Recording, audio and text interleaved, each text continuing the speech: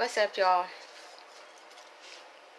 It's about 1:30 in the morning. I'm here in small ass Tallanassty in 2018. Today, I'm here at this house, and the refrigerator repairman came because my refrigerator has not been cooling. It's been rather hot, which I told the lady when I first got here, but she was talking about, did you plug it up? Whatever. So, it's a month and a half in. Dude shows up. He's looking at the refrigerator.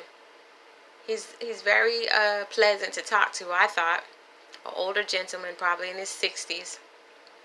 He's in there unscrewing things and putting the dirty stuff on top of my clean stove. And I'm like, sir, could you just use that napkin right there, please? Don't put, I got a cook right here. He be looking at me like, a cook? Like, dirt? Yeah, stop it. So he looks over at some point and says, how old are you? And I said, why? What, you thought I was a baby? He was like, I see some gray hair up there. I just want to know, how old are you? I said, why are you asking me that? He's like, well, I thought you were in your 20s. He said, but you look old. He said, I thought you were in your 20s.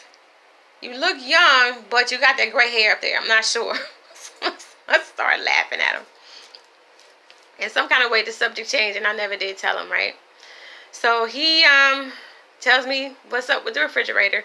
He's getting ready to leave. He's outside. We exchanged numbers so he can call me back and tell me whether or not he's coming back today, because he unplugged my refrigerator, left the door and stuff open. I got food in there that I just bought.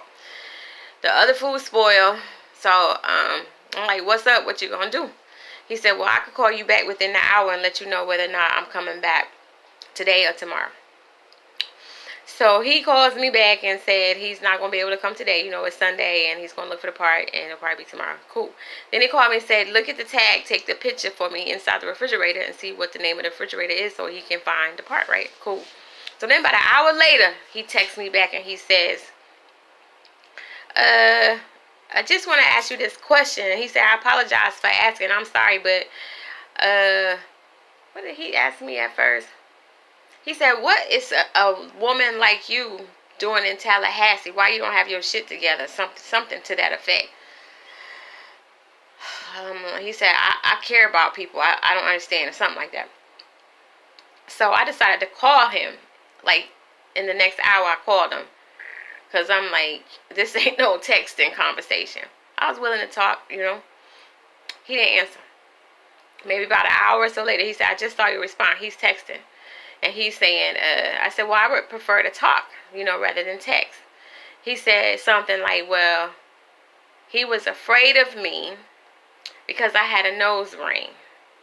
I'm like, wow.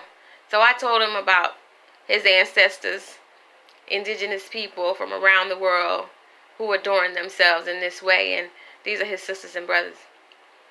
He said, wow, back, right? And then he said, well, women like you here in Tallahassee, because I'm not talking about the motherland, are freaks of the week, if you know what I mean.